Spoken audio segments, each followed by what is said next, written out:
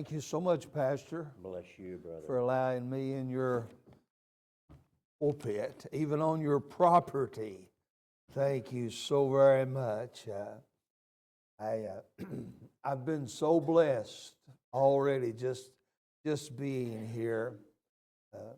Brother Reynolds, I enjoyed your message last night on helping us have purpose in our lives to serve the Lord. And then Brother Glover, he helped us make sure that we didn't let Jesus miss us, or we didn't miss Jesus when he passed by.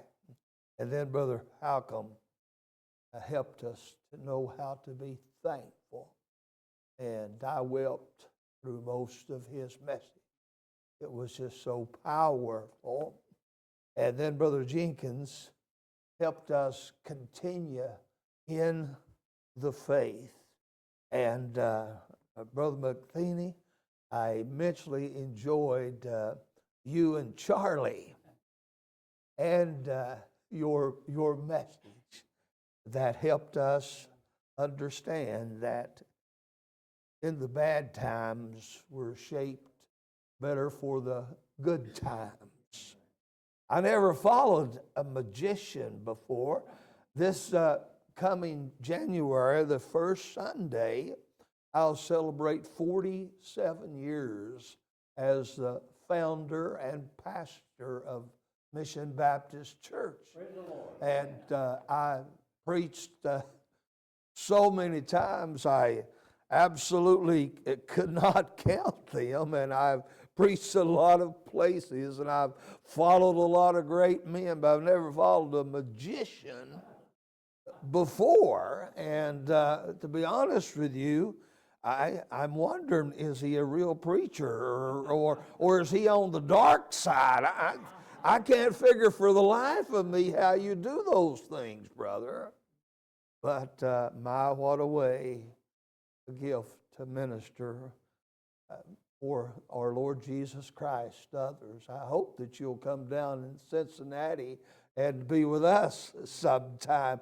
Open your Bibles, and the host pastor here is always so gracious. Our church family loves to hear him preach. Amen. And we enjoy the fellowship. You always are so kind, Pastor, and your people are so wonderful. Wasn't it the Queen of Sheba when she went to visit Solomon? Wasn't she so impressed at the temple and all the attendance and all that was going on? And that's the way this church family is. Your service to our Lord, your treatment of guests is impressive, to say the least. I sense a friendliness and a kindredness when I'm here. Open your Bibles to the book of 2 Corinthians chapter number 4. My text verse will be verses number 1 through 7, and I'm entitling the message, Hiding Our Gospel. And I sought the Lord. I had a couple of other things on my mind, but this one is what the Lord settled me on. So I hope that it'll help us. It'll be as much help, hopefully, as all the preceding messages. 2 Corinthians, notice in chapter 4, verse number 1, the Bible said, the Apostle Paul said, therefore, seeing we have received this ministry, as we have received mercy, we faint not, but have renounced the hidden things of dishonesty, not walking in craftiness, nor handling the word of God deceitfully, but by manifestation of the truth, commending ourselves to every man's conscience in the sight of God. Now, here is our text. But if our gospel be hid, it is hid to them that are lost. And then he describes the lost, in whom the God of this world hath blinded the minds of them that believe not, lest the light of the glorious gospel of Christ, who is the image of God, should shine unto them. For we preach not ourselves, but Christ Jesus the Lord, and ourselves your servants for Jesus' sake. For God, who commanded the light to shine out of darkness, hath shined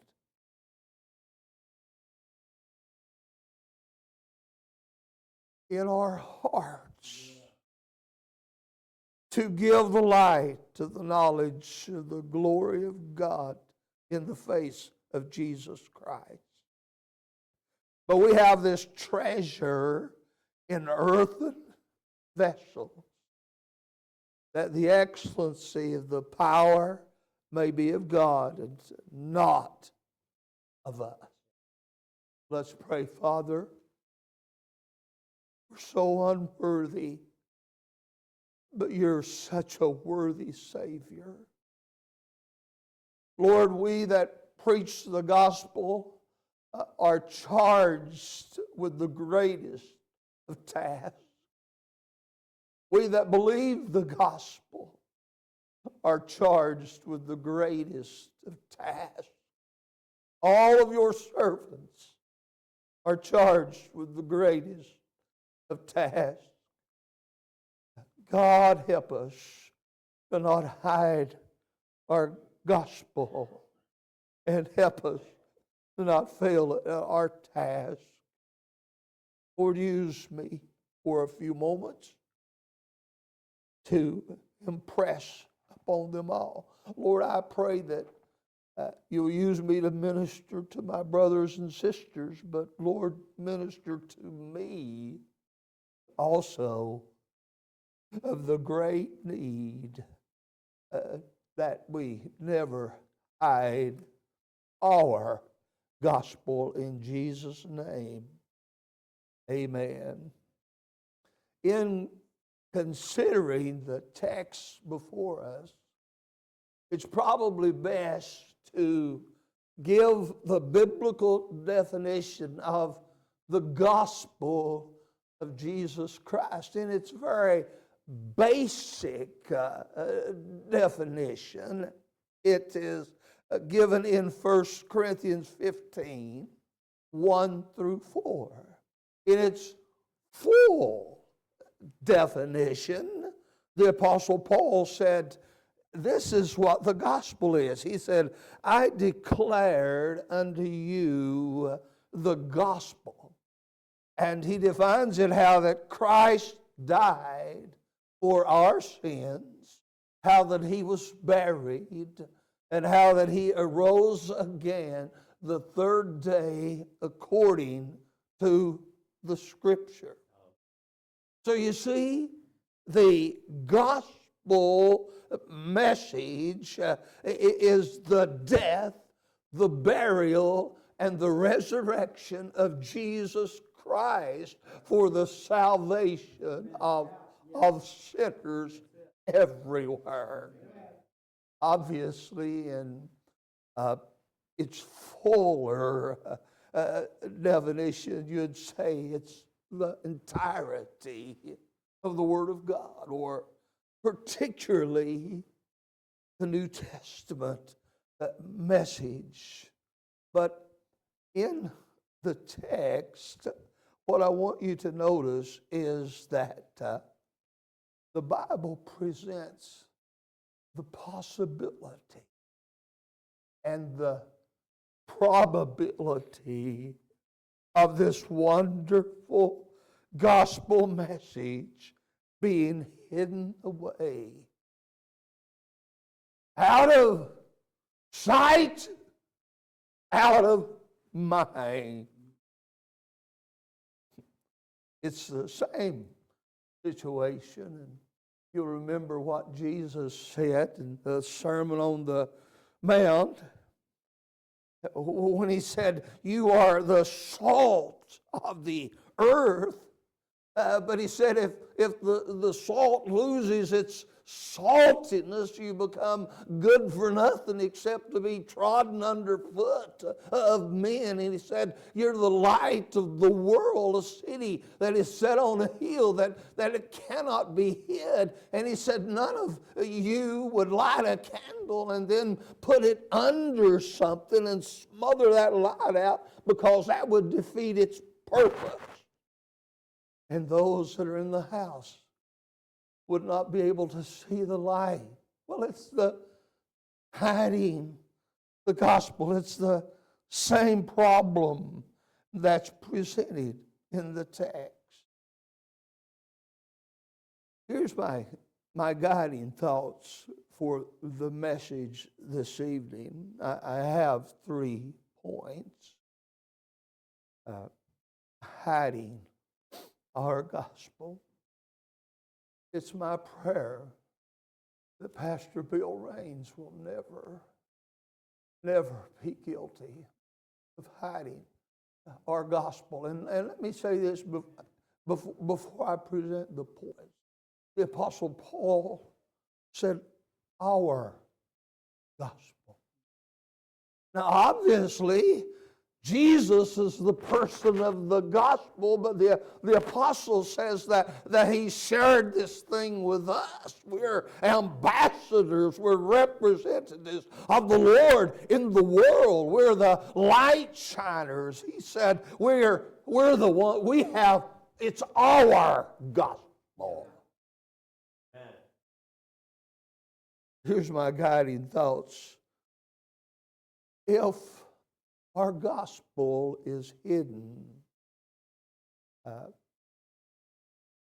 the power of Satan goes unchallenged. If the gospel is hidden, the people who are lost have no help. If our gospel is hidden, the person of Christ may not reach them.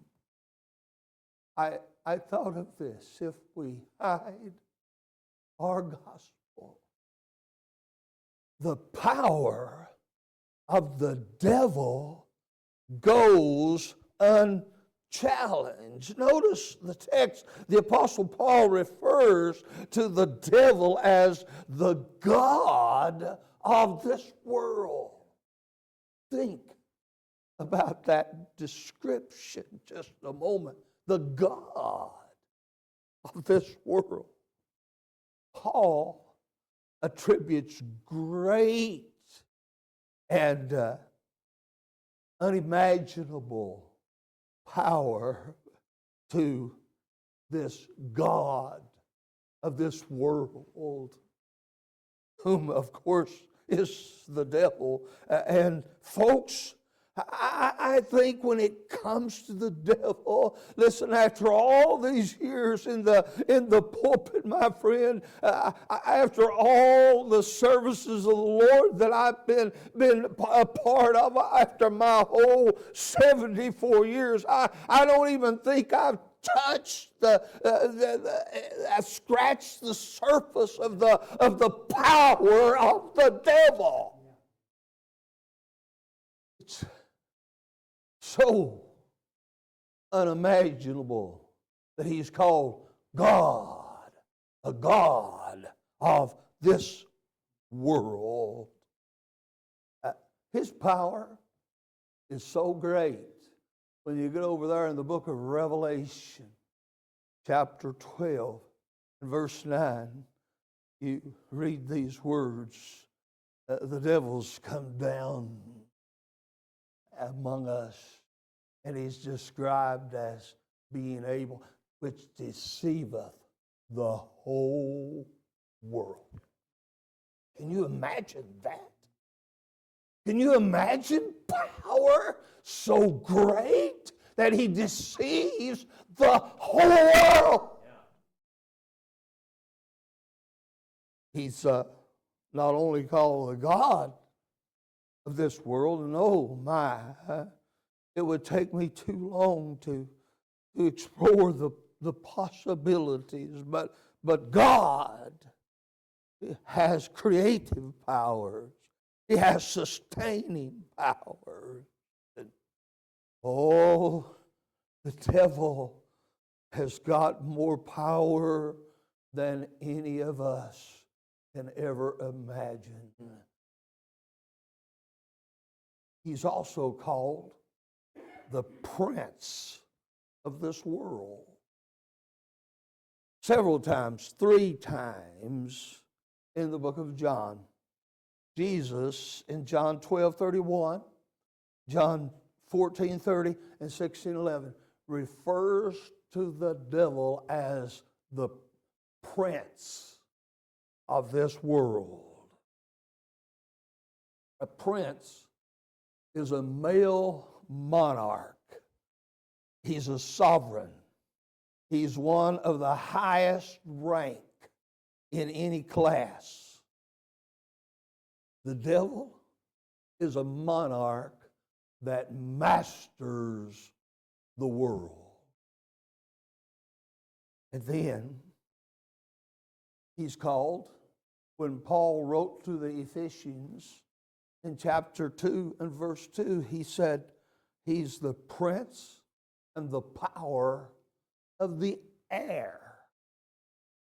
The air, the very atmosphere around us is filled with the power of the devil. Listen, the devil and his powers, demoniac forces literally navigate through our atmosphere doing the bidding of Satan. It will blow your mind away when you consider how great the power of the devil really is. There's a story in the book of Daniel, chapter number 10, that a bunch of years ago now I became familiar with, and I don't know what to do with it. But you might remember it. You might remember Daniel's part in the story. Now remember my point. If the gospel is hidden, the power of the devil goes unchallenged. And Daniel is praying. And Daniel prays on Monday. And Daniel's still praying on Tuesday. And then Daniel's still praying on Wednesday and on Thursday and on Friday. And he's still praying on Saturday. And he's praying on Sunday. And he follows that week after week. And he's been praying for 21 days. 3 full weeks. And it doesn't seem like the answer is coming. But God dispatched a powerful angel. I think it must have been Gabriel, the messenger angel. And he comes to Daniel and he says something that's very significant. He says, Daniel, from the first day that you begin to pray, God heard your prayers. God heard your prayers on day 1. But he said it's 3 4 weeks and I'm just arriving with the answer. And he said, here's the reason I'm delayed in getting you the answer. He said, that prince of the power of the air, those demoniac forces navigating the atmosphere, he said, the prince of Persia, a demoniac angel, withstood me for 3-4 weeks. Wow. Get that. In the unseen world, there's a battle behind the scenes. I don't profess to understand all of the things involved in that. But I take it at face value. The holy angel of God said, I've been waging war. I've been trying to get to you. But I haven't been able to. This blows my mind away. In some of the angels of God, the hierarchy of angels, and I'm thankful that there is a hierarchy, but you can believe this if you want or not. But if you don't believe it, you're wrong. Now, some of the angels of the devil are as powerful as the angels of God. And Gabriel tells us that because he's actually withstood. He is restrained, preacher.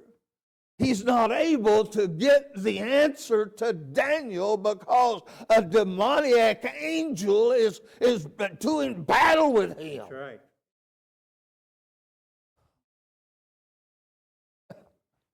Get this. He said, but Michael, the archangel, came to help me. And we double teamed that devil. And we whooped the socks off of him. But it took 2 of us. And he got the answer to him. I remember our point. If our gospel is hidden, the power of the devil goes unchallenged.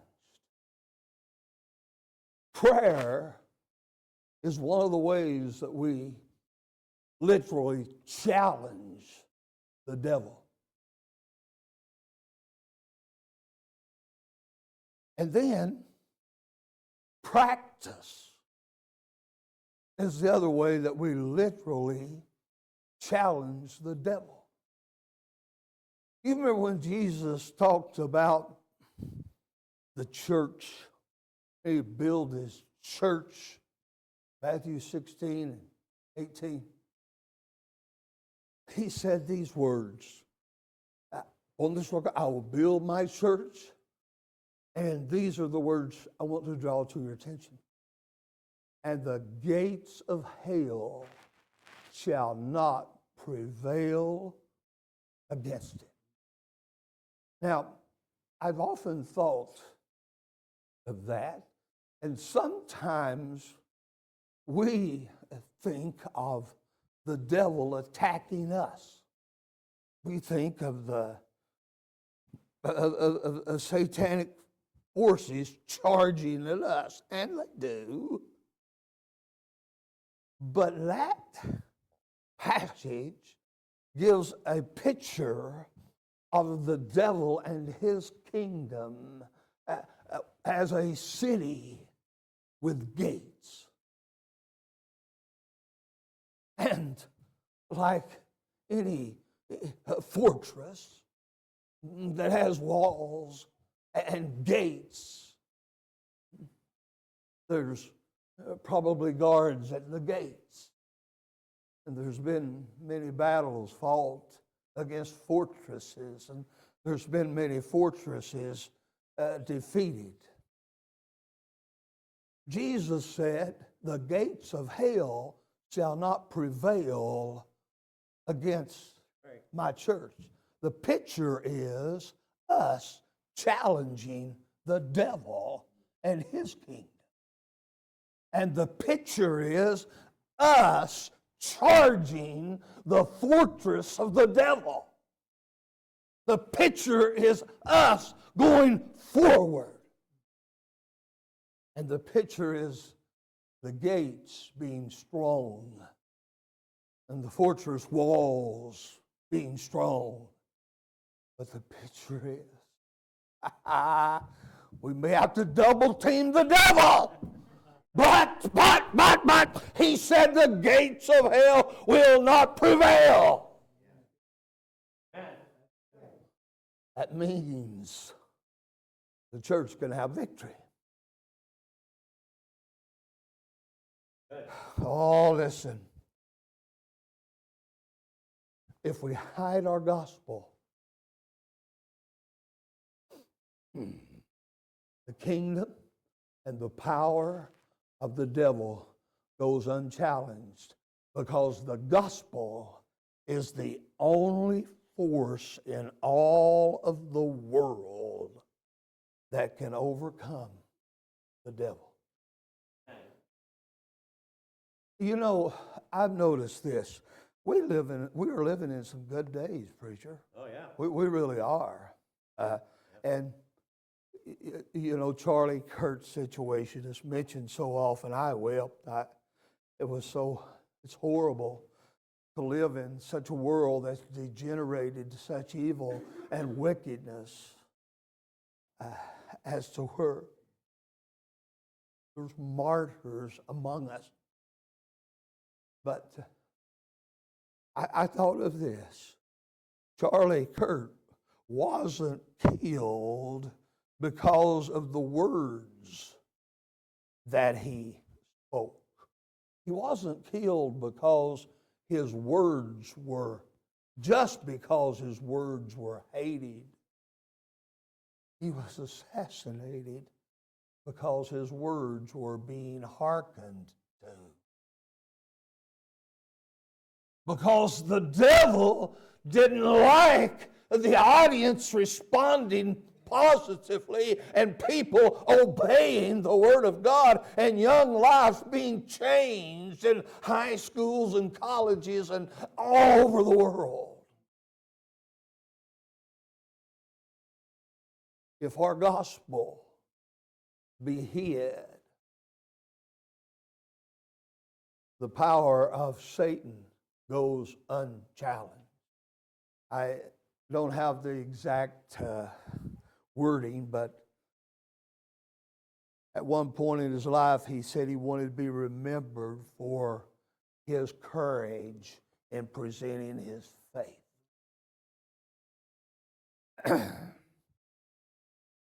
May the example of that young man and the example of those in the Bible of the great Apostle Paul, listen, may we never hide our gospel, because our gospel is not only words, but it has the power to change lives.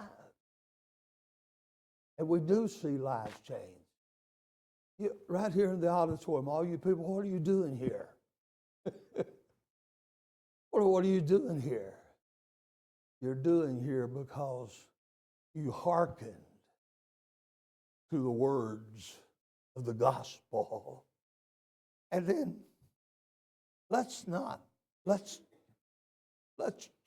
you know, I heard a saying when I just had gotten right with God.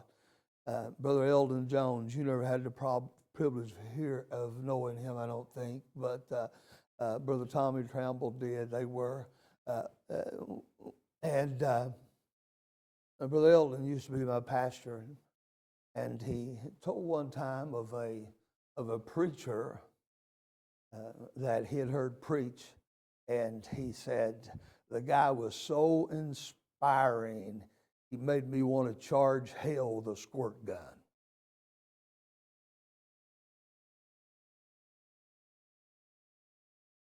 let's not let the power of the devil go unchallenged. Secondly, the people who are lost have no help. Notice our text again. If our gospel be hid, it is hid from them that are lost. Who are they? It's everyone that is not saved.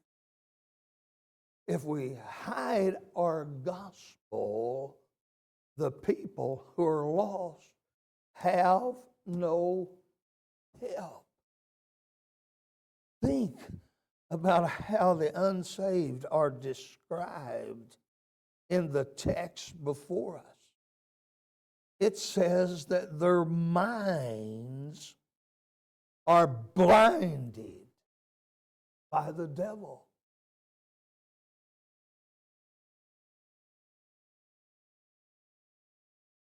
The devil's put a blindfold on their eyes.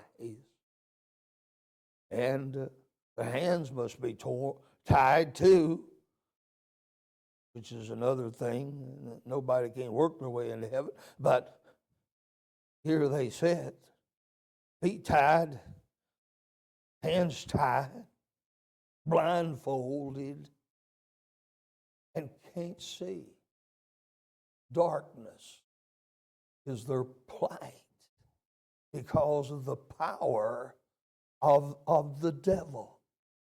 And you know, I like watch the news, and I don't care anything about any of them except Fox. But the way our living room is made, it's a big living room. And on the side that I sit, Faye and I have a love seat.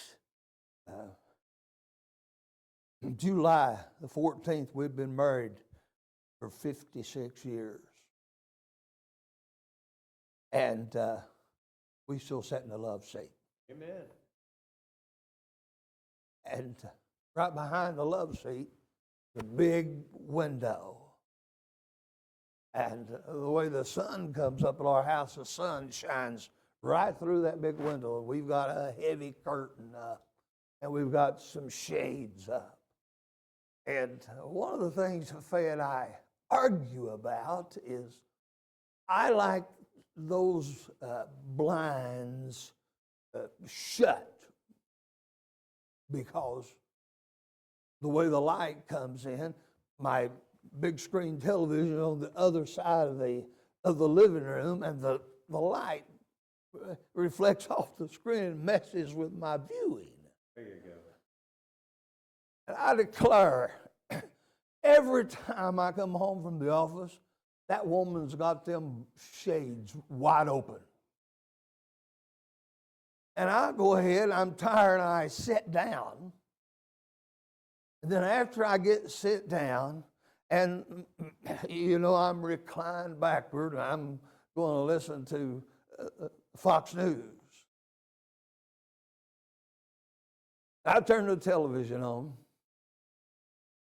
Then I realize those shades are open. And I have to get up, and I have to close the shades again. And I've told that woman 1,000 times, honey, leave those shades shut tight so I can see the television. He never does. The picture is like that in the text. You see, the Lord wants the sun, S-O-N, to shine in, but somebody on the inside in their heart has got the curtains drawn and the shades shut completely because of what they want to see. And somebody has to open the shades, because They don't want to open the shades, but somebody has to open the shade. And that's where the gospel comes in. And you go and you give the gospel. And that's the only power that will open the shades and will send light into the human soul. And that God, who's commanded the light to shine out of darkness, hath shined in our hearts to give the light of the knowledge of the glory of God in the face of Jesus Christ. The gospel is the only thing that can open a man's heart. Only thing can open his eyes. Only thing can give him faith. And somebody's got to give them the gospel. You'll find in Romans 10:17 that faith comes by hearing, and hearing by the word of God. That brings me to the conclusion of the message, and hopefully it won't be long. The person of Christ may not reach them. You see, if we hide the gospel, the person of Christ may not reach them. Notice the text again. Lest the light of the glorious gospel of Christ, who is the image of God, should shine unto them. Christ, the person of the gospel, may not be able to reach them if you and I hide our gospel. I was thinking as I was going over the message, I'm so thankful for the Joneses. All of you have heard Keeping Up with the Joneses. Well, there was some Jones boys in my life that came up into the holler where I live.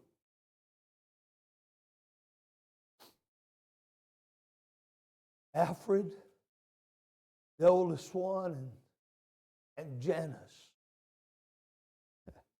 Never could figure out why his mom named him a girl's name, but Janice, his nephew, who were Bible preachers, Baptist preachers.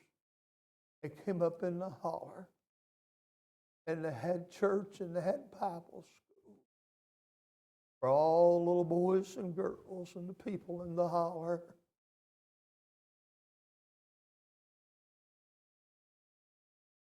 I never have gotten over the light of the glorious light of the gospel.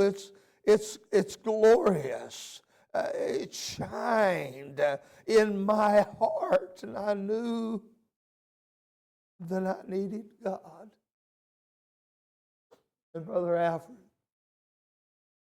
Janice is up there in the pulpit. He had actually pastored that church just for about a year then.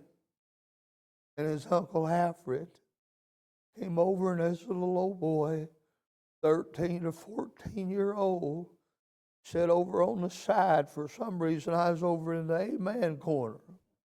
And I didn't know amen from old me.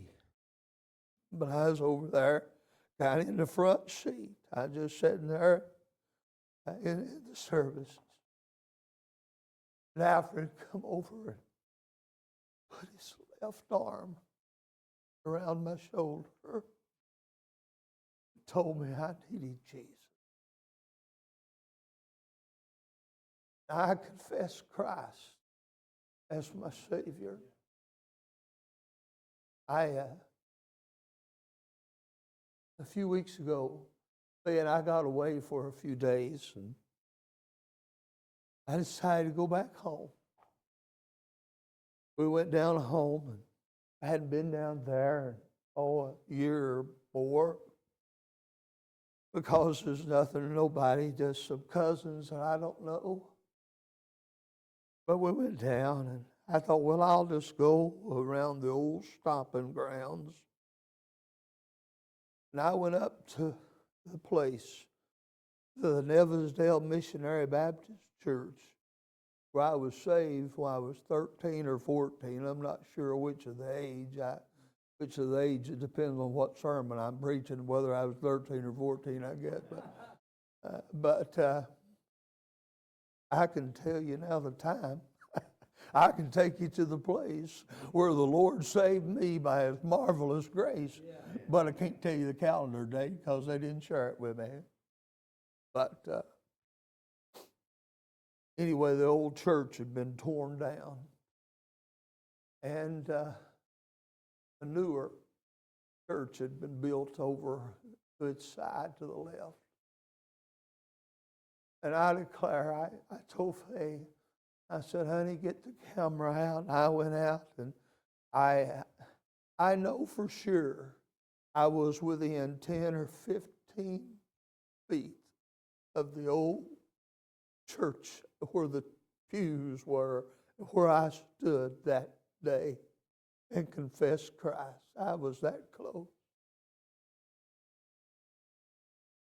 I'm so thankful that the gospel wasn't hidden. Some country boys that liked me, that somebody cared enough to get the gospel to me. And I try my best to get the gospel out everywhere that I can. Most of you have heard, maybe I shared, or maybe I did. I have a hard time remembering a lot of things now, but my son, my oldest son, my preacher boy, had a terrible accident. October the 16th will be 7 years that he's been in a vegetative state. And I go and visit him every morning, unless I'm in a meeting like this or at a hospital, and then I'll go later. But every morning, other than a necessary appointment, I'm at his side. And I never was much for the nursing home ministry. I'll be honest with you. I was just pastored and preached and visited, but never really did have a burden for the nursing home ministry. I went occasionally, but I wasn't drawn to it. But sometimes God puts you in situations you never dreamed you'd be in. And that's where I found myself. But brother, I determined I wasn't going to hide the gospel. And one nurse after another, one nurse's aide after another, I presented the gospel to. And oh my, the number of people that have trusted Christ.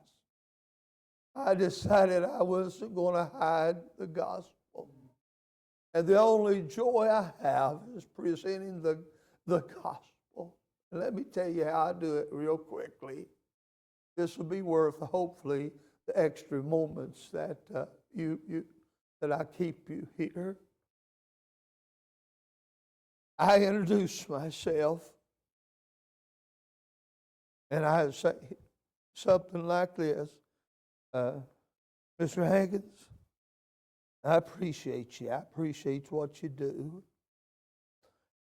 What I do with my life is I'm a pastor. 47 years. And what I do with my life is help people know for sure they're going to heaven when they die. Amen. And kind sir or ma'am, and I'm always nice.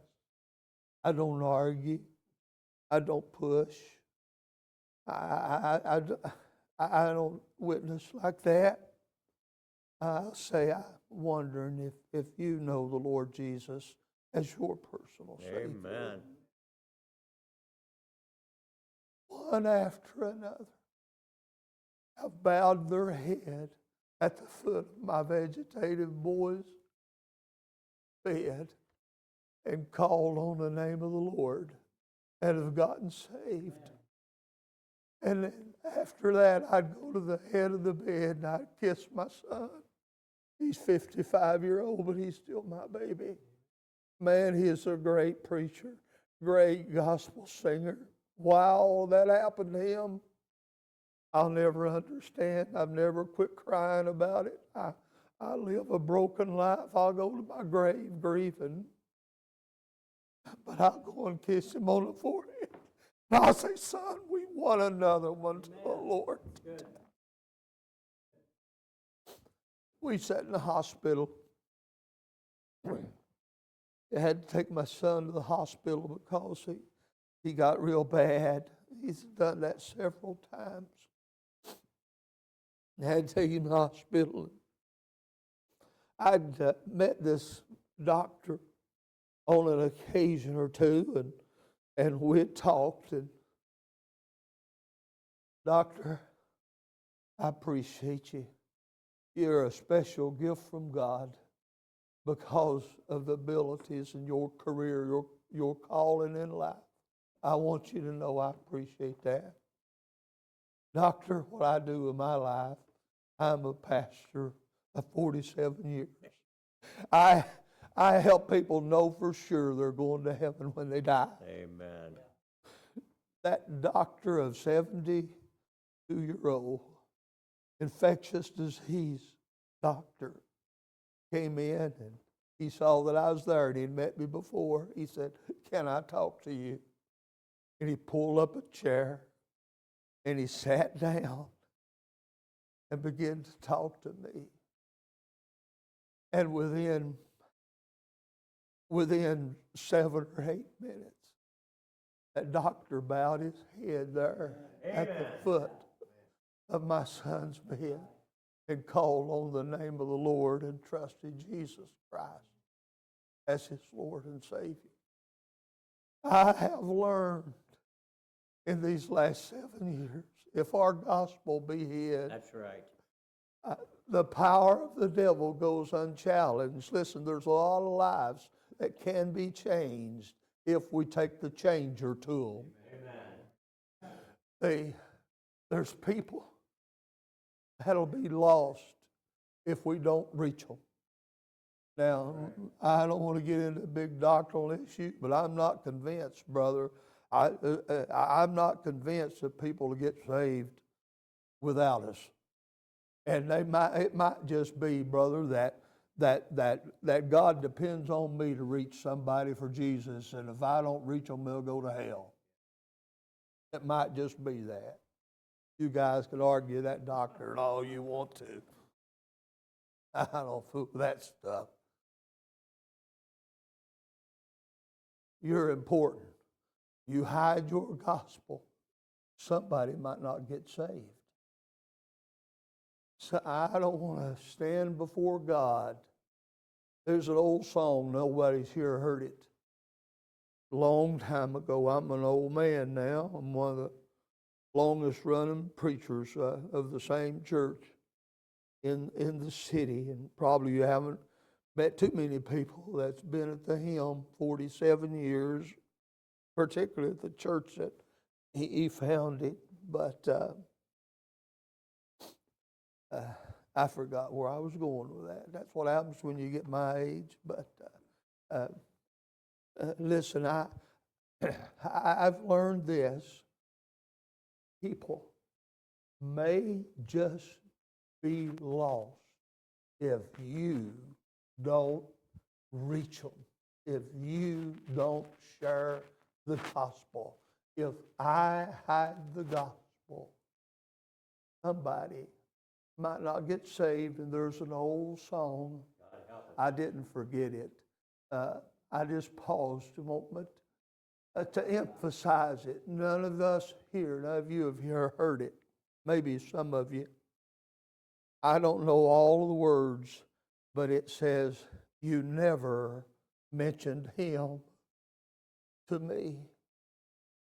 It projects us at the judgment seat of Christ.